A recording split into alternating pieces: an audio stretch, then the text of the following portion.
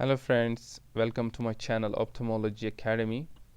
Today we are going to discuss a very important concept, that is surgical limbus.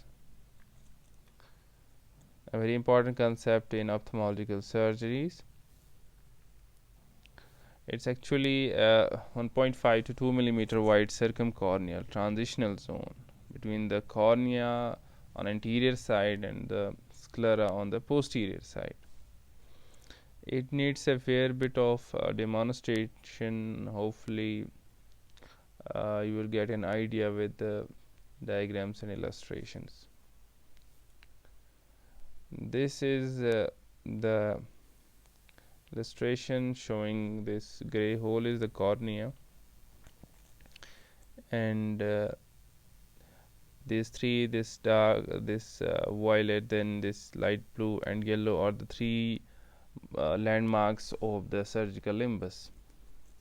We'll go step by step to decipher this mystery of surgical limbus. Coming to this will be the superior aspect of the eye, that's at 12 o'clock, that's towards the forehead. This will be the temporal, this will be the inferior, and this is going to be the nasal. And this arrow points to the anterior limbal border, posterior limbal border, and this is the mid limbal border, and this is going to be our anterior limbal border. These are the landmarks for understanding the surgical limbus. I will explain further, so bear with me.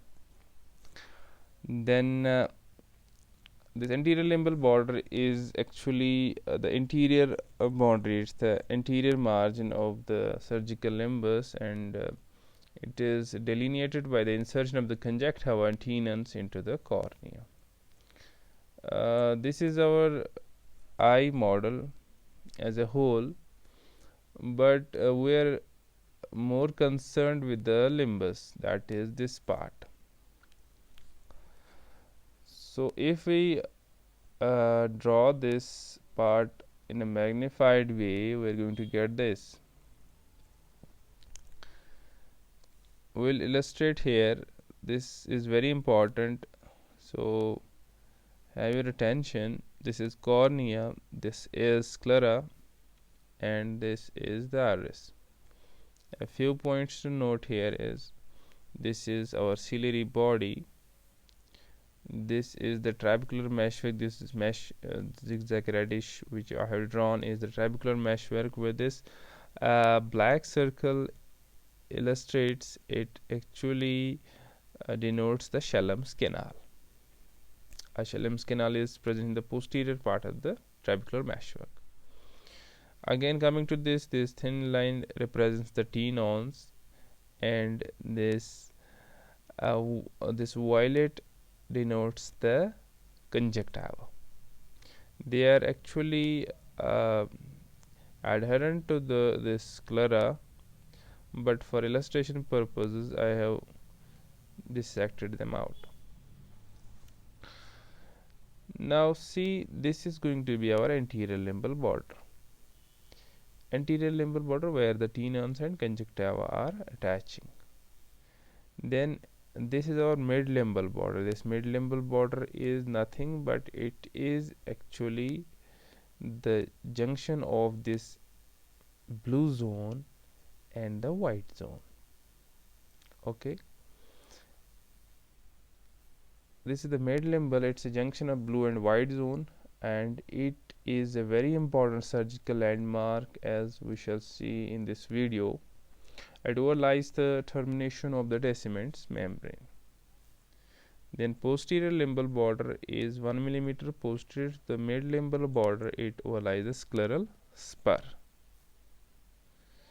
This is an actual video. Will be demarcating various points here.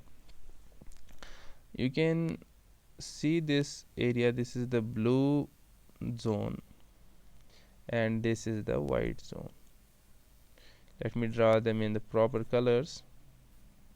This is the blue zone, and this is the white zone. This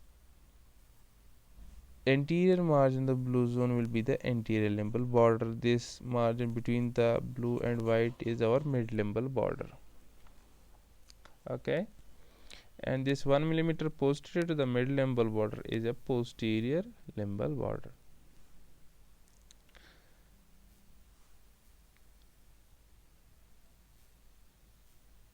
Now, important areas which are demarcated by these three limbal borders are called as zones, which I have already illustrated. These are two zones. One is the blue zone, another is the white zone. The blue zone is between the anterior limbal and the posterior limbal border. This is the blue zone between this anterior limbal and the mid limbal border, and this is the white zone between the mid limbal border and the posterior limbal border. One thing important note here is that, as you can see, this white zone is roughly equal in all directions. Its width doesn't change, whereas blue zone, the width is largest in the superior quadrant and it is very small in the temporal and the nasal quadrant, while it is fairly wide in the inferior quadrant. Blue limbal zone is, as I have described already, it is the zone between the anterior limbal and the mid limbal border, usually seen only after dissecting limbus free of conjunctiva and Tenon's capsule, as we have seen in the video. Now, white limbal zone is posterior to the mid limbal line. Now, why we are bothering ourselves with the surgical concept of surgical limbus? Because it has many clinical applications. Once you understand surgical limbus, it will be easier for you to understand ophthalmology surgeries, as well as it will be easier for you to perform ophthalmological surgeries. In cataract and glaucoma surgeries, usually the surgeon operates at superior aspect of the cornea of the limbus, that is at the 12 o'clock.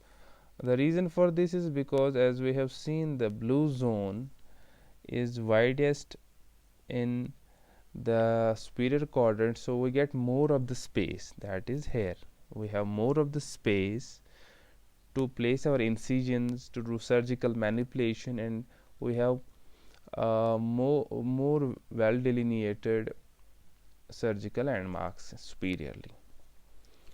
Although nowadays temporally we are also doing, but it's far easier to do surgery in the superior aspect, that is the superior part of the surgical limbus, because it's wide, as I already told you. Even though the inferior part of the surgical limbus is also wide, but owing to many reasons, surgeons do not operate here. One of the most important thing is the chance of endophthalmites are more in the inferiorly placed incisions, although temporal is nowadays being done. Second important clinical application is, while we are doing cyclodestructive procedures or pars plana incisions, we have to remember that these surgical this surgical anatomy, the surgical structures are slightly more posterior from limbus in superior and inferior quadrants. Let me explain. Since the superior and inferiorly this blue zone is wider, so this surgical limbus is wider, hence we'll be having ciliary body a bit more posterior, we'll be having pars plana a bit more posterior in superior and inferior quadrants. So any surgery on ciliary body and pars plana, we have to make incisions a bit more posterior in superior and inferior quadrants.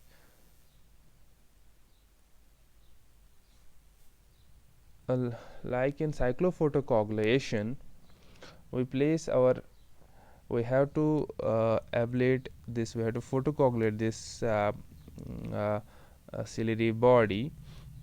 What we are doing, we place the this laser beam 1.5 millimeter away from the anterior limbal border, superiorly and inferiorly, while as in nasal and temporal zones we place it only 1 millimeter posterior to the limbal anterior limbal border.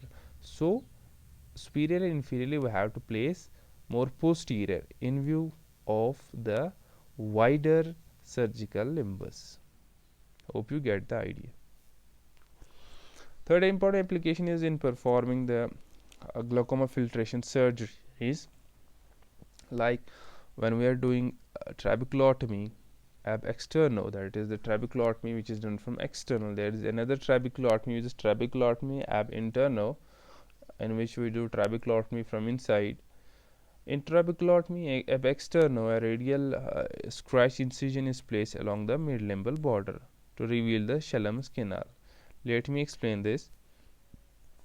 In trabeculotomy ab externo, we place a radial incision here. So when we place this radial incision, we are going to find the Schellem's canal in the posterior part of this blue zone. So as we place we dissect deeper, and we are going to find the Schellem's canal in this posterior part. This is the whole blue zone.